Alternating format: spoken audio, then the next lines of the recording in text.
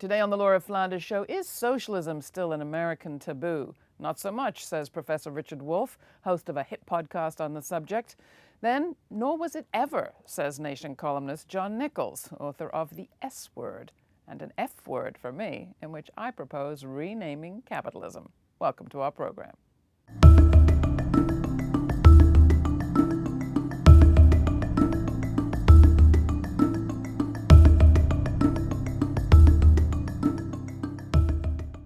Bernie Sanders, who calls himself an independent socialist, is running for president of the United States. Fox News is still out there calling President Obama a socialist. The U.S. is making peace with the socialism of Cuba, but saber-rattling still over the socialism of Venezuela. Our next guest is here to help us make sense of all these different socialisms. Richard D. Wolff is Professor of Economics Emeritus at the University of Massachusetts and a visiting professor in the graduate program in International Affairs at the New School University here in New York. He's authored or co-authored more than a dozen books, including his most recent Capitalism's Crisis Deepens, Essays on the Global Economic Meltdown 2010 to 14. He also hosts the weekly Economic Update podcast, one of my favorites. Welcome to the program. Welcome back, Rick. Thank you very much. Glad to be here. One of the things you talk about so brilliantly in your podcast is the question of education as a commodity. Just quickly, can you talk about how that commodity, that value, is spread about or not? Yeah, I think it's a catastrophe, frankly, that education is understood as some object that you buy like any other commodity. So you decide whether it's worth it or not, and you think about it as an individual. Should I spend the money? Will it pay off? Education is something that changes the community, changes the whole society.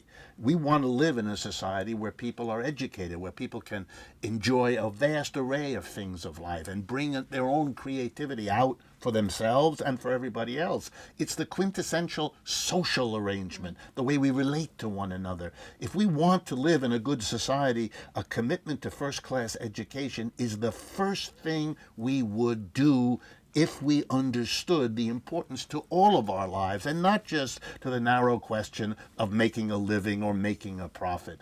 That's the tragedy. That's why in our times now, when we're having economic difficulty, we as a nation are cutting education when anyone with half a brain would know that the future of the United States in a world economy depends more on the quality and quantity of educated people we produce than on anything else. We are shooting ourselves in the foot because we're so focused on the profit-loss statement, we don't understand the broader meaning and significance and benefit to all of us of a good education system for everybody. No, it's a classic example of we versus me thinking. We in the U.S. tend to do the me thinking, but these socialist countries we're talking about focus more on the we. You're seeing extraordinary turnout to your sessions around the country teaching about socialism. How do you explain it? I think Americans are finally coming to terms with the fact that this isn't just another economic downturn, that this is a long, deep crisis, that there isn't an upturn around the corner despite all the talk about recovery. And they're asking questions like intelligent people would do. What's going on? Why is this happening? And then the big one, could we do better than this? And suddenly, since I deal with those questions, I'm in demand, and I won't deny there's an ego gratification here that is part of the story. Well, it's pretty fascinating. I mean, I've been to a bunch of your monthly updates, which are live events in a church basement in New York City once a month. The crowd has done nothing but grow, at least this year, week after week. You've got hundreds of people cramming in that room to talk about what is socialism, what's happening in our economy, and what are some of the ways of understanding what's going on now that people are paying the attention that they are? Well, I was hesitant, for example, to schedule a discussion of socialism, but so many people asked that I realized, okay, the taboo has been broken. It was unacceptable in America for most of the post-war period since 1945 to talk about this because you had a kind of aroma that you were being unpatriotic, that you were not a lover of our country, and all of that kind of talk, which was effective. It shut people down, it freaked them out, it frightened them. And even at the end of the Cold War, when the big bugaboo of the Soviet Union had imploded on itself, it still seemed, decade after decade, it's been 25 years now, that it was still impossible. And then, with the crash of 2008, everything has changed. Yeah. I mean, it is fairly significant that a man who has called himself for years an independent socialist is running for president of the United States, albeit on the Democratic Party ticket. What do you make of the Sanders candidacy? I think it's the same phenomena as I'm encountering, that he realizes that there's two ways of saying it. Either the taboo against socialism has lifted, and I'm sure that that's part of what's going on.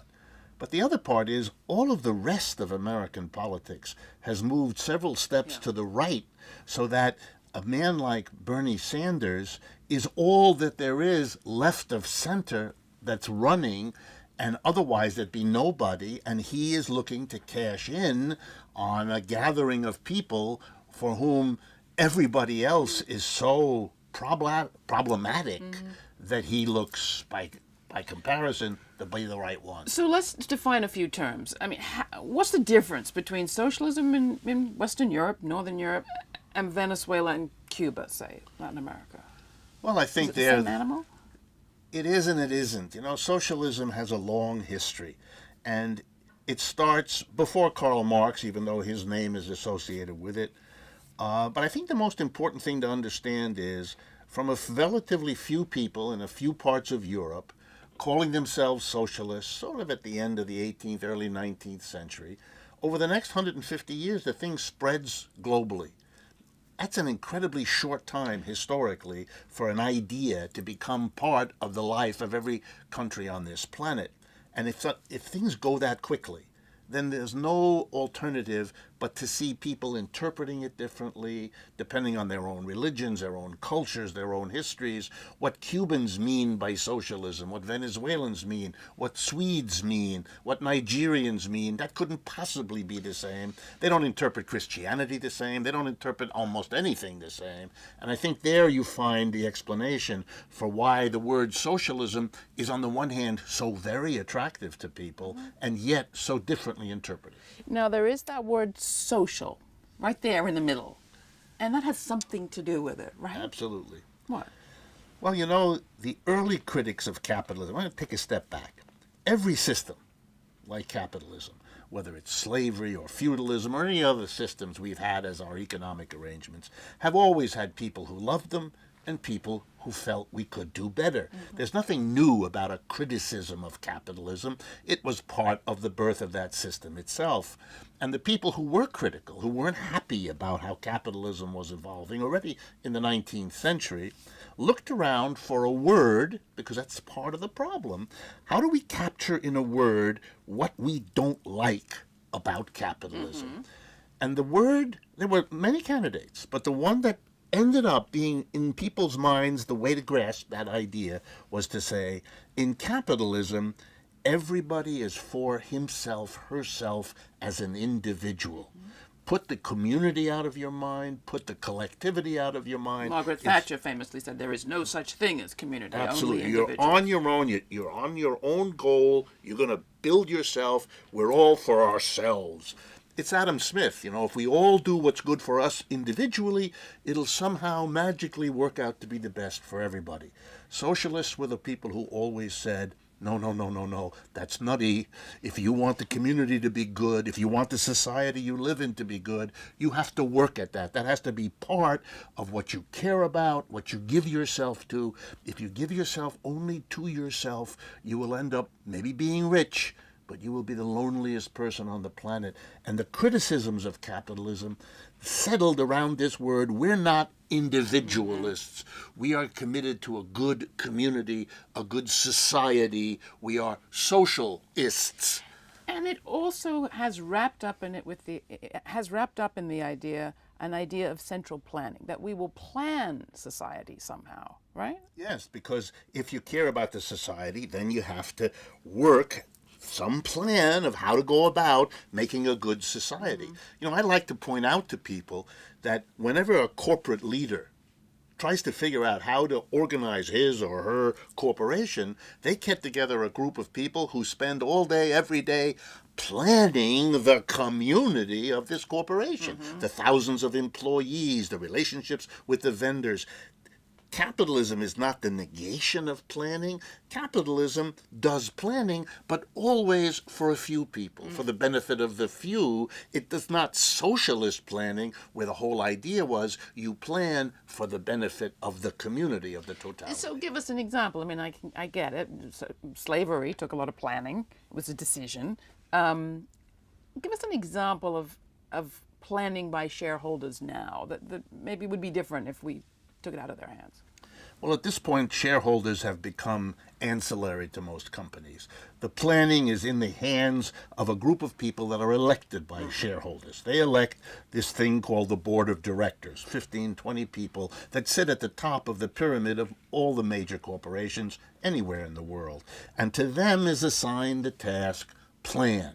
Decide where you're going to produce, decide how you're going to produce. They organize the technological choices the company makes. They decide who to employ, how to employ, what to pay, what to change, what price to charge. All of the big decisions are made by a tiny group of people or their assistants. So everything is planned, but two key things. It's planned by a tiny minority of people without the participation of everybody else, and it is planned for their benefit as corporate executives or for the shareholders that gave them their jobs as board of directors. So we have planning, but it is for the private benefit of the few, and the whole idea of socialism was planning for everybody. But it's not planning or not planning, that's a mistake.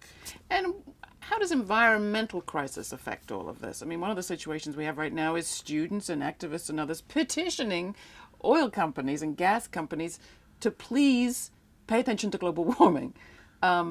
This is an odd way to plan our future as a planet. Right, and it's perfect fodder for this socialism versus capitalism. Because if your only interest is to plan to make the most money you can, the most profit for your company, the most income for your shareholders, then you put aside the other questions. You don't worry about that. I mean, the worst example in the world is the shift of the last 20 years from producing the clothing we all wear here nearby to producing it at 10,000 miles away in Bangladesh or China or India, and then bringing it 10,000 miles back, wasting enormous amounts of energy, polluting the air and the water as we do it.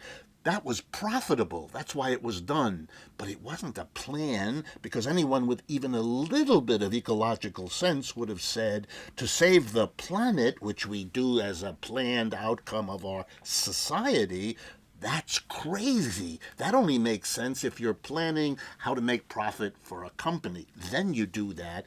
And I think for socialists, it's always been, of course, the planet has to be taken care of. That's part of what it means to take care of a society, is to preserve your relationship to nature. The private capitalist is not worried about the society. That's what capitalism is. And that's why capitalists have an instinctual resistance against ecological and environmental thinking, because it's very close to the old socialist idea that what ought to be decided is what's good for the community as a whole, rather than what makes money for a minority. This is some of what Naomi Klein writes about, and this Absolutely. changes everything. The other thing you have to do is build political power. I'm looking at Spain, I'm looking at Greece, even Alberta, Canada, and seeing other countries are way further along in building movements and parties related to those movements, expressing some of these ideas than we are here. What's holding us back? I think that we haven't yet accepted that the crisis is as deep and the crisis is as long as it actually is. And I understand that. You know, I'm an American. I understand my fellow citizens. They don't want to see what's a scary sight. They don't want to face what's a scary. And I noticed it took a long time for the Greeks to go through a very bad struggle before Syriza becomes an important political movement. The same thing in Spain before Podemos does. The same thing in Alberta before the New Democratic Party galvanizes. And I think there are signs that things that have been percolating slowly have suddenly speeded up. The leader in Alberta, the leader in Spain, they're all women. They're women coming to the fore, playing a role in a left-wing rejection of all that has come before. I think it's accumulating. When it goes very fast. Everybody was surprised by the outcome in Alberta. Couldn't imagine it. The government in Spain still hasn't made a statement because it can't get over what happened in the month of May to the elections there. Two major cities now represented electing people who will be mayors, who are women from the left, one a former communist, one a former fighter of evictions. Absolutely, and the fighter for evictions in Barcelona is becoming a regional hero, inspiring people. It's remarkable. And Syriza, with all the negative publicity it gets, is also fighting to change Greece from the top to the bottom, and even opposition parliamentarians in Greece acknowledge that this left-wing government, which they don't like because it's left-wing, has had more courage to fight to free Greece from being the small, poor corner of Europe than all of the previous governments, and that's why the support is there. And I think we will be surprised in the United States by how fast it goes when that last little moment comes. The way we were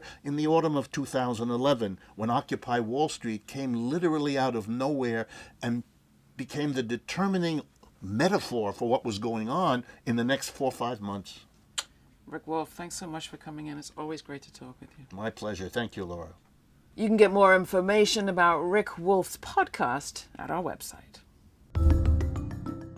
Nation magazine reporter John Nichols has written a whole book about socialism in the USA, The S Word. It has a long and storied American history, in fact, he says.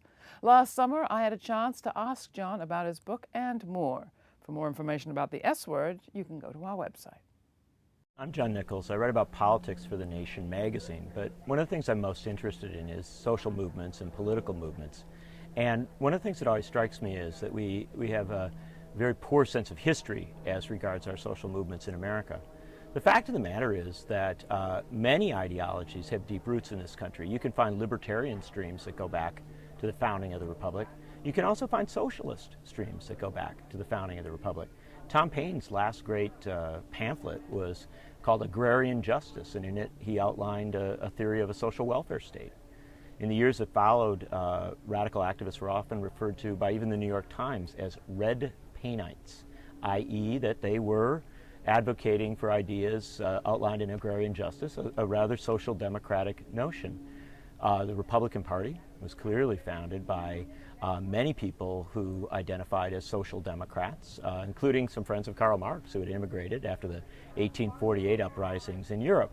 And this just goes on throughout our history.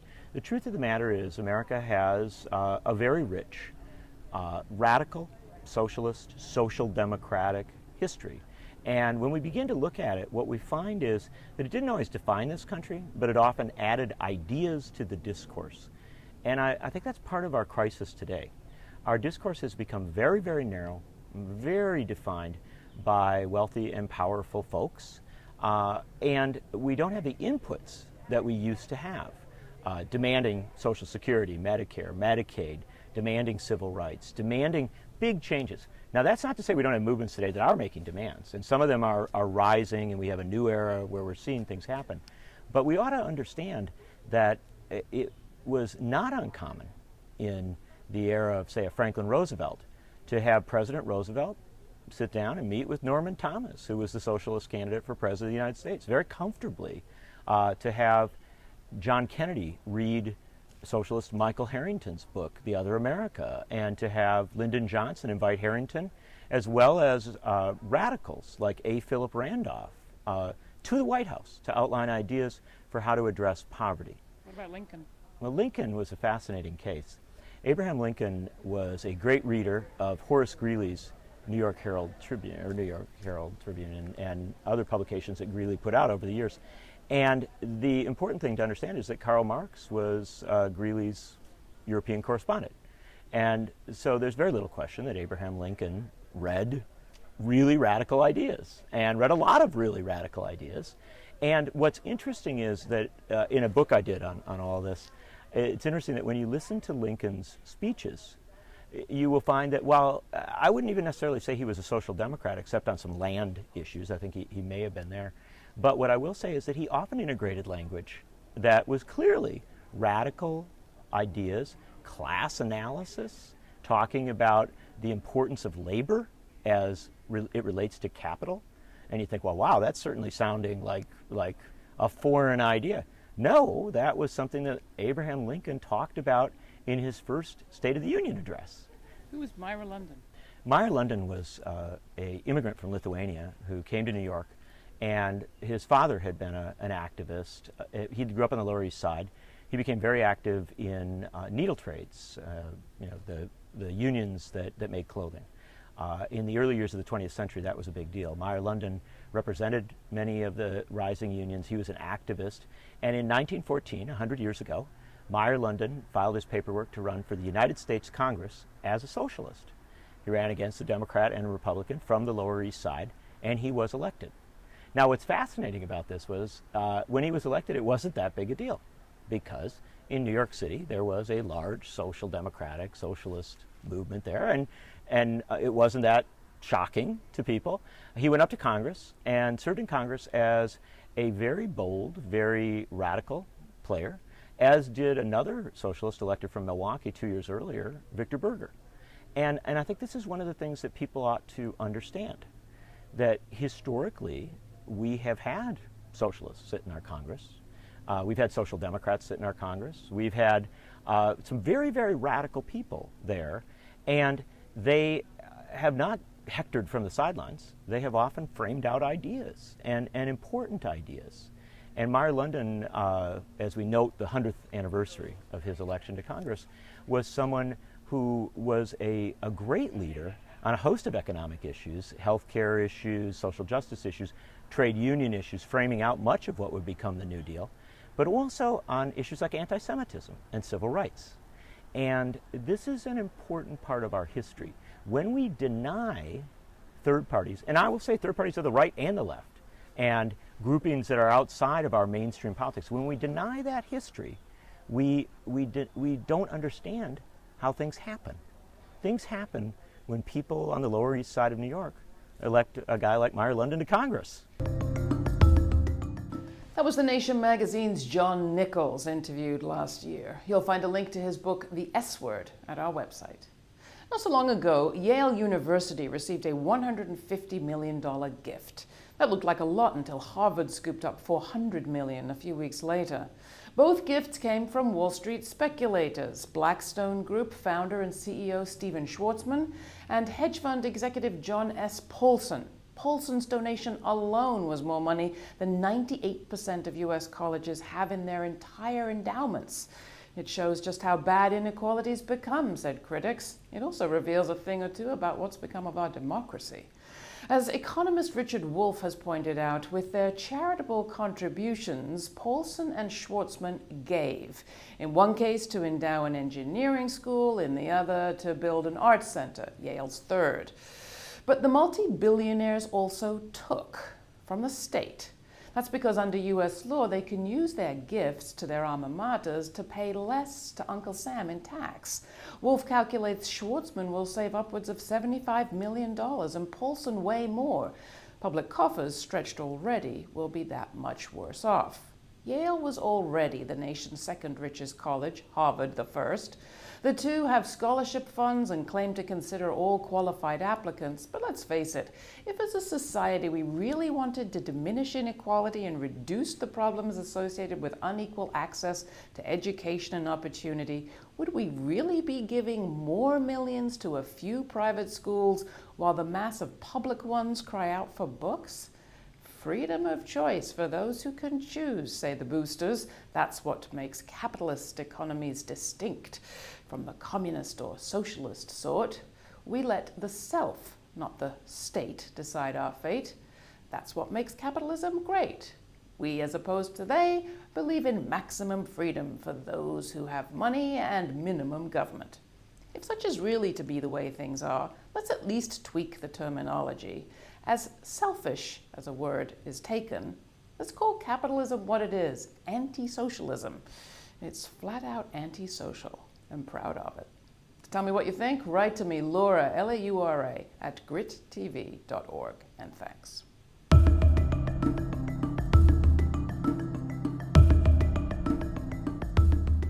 Today on the Laura Flanders Show, we hear from some movement elders. Dr. Cornel West with your former mentee, Michael Eric Dyson. Oh, we got to pray for that Negro, yeah. And later in the show, an excerpt from a new film about Miss Major Griffin Gracie. The hardest person I think that we all have to fight straight across the board as a transgender person is ourselves. How do we shape our future? Today on the Laura Flanders Show, we speak to author and architect Keller Esterling. There's a ballooning number of extra-state organizations and extra-state actors. And we speak with scientist Helen Caldicott about facing the nuclear threat. Children getting cancer at the age of 6 instead of 60, that's a legacy we're leaving to our descendants. How dare we?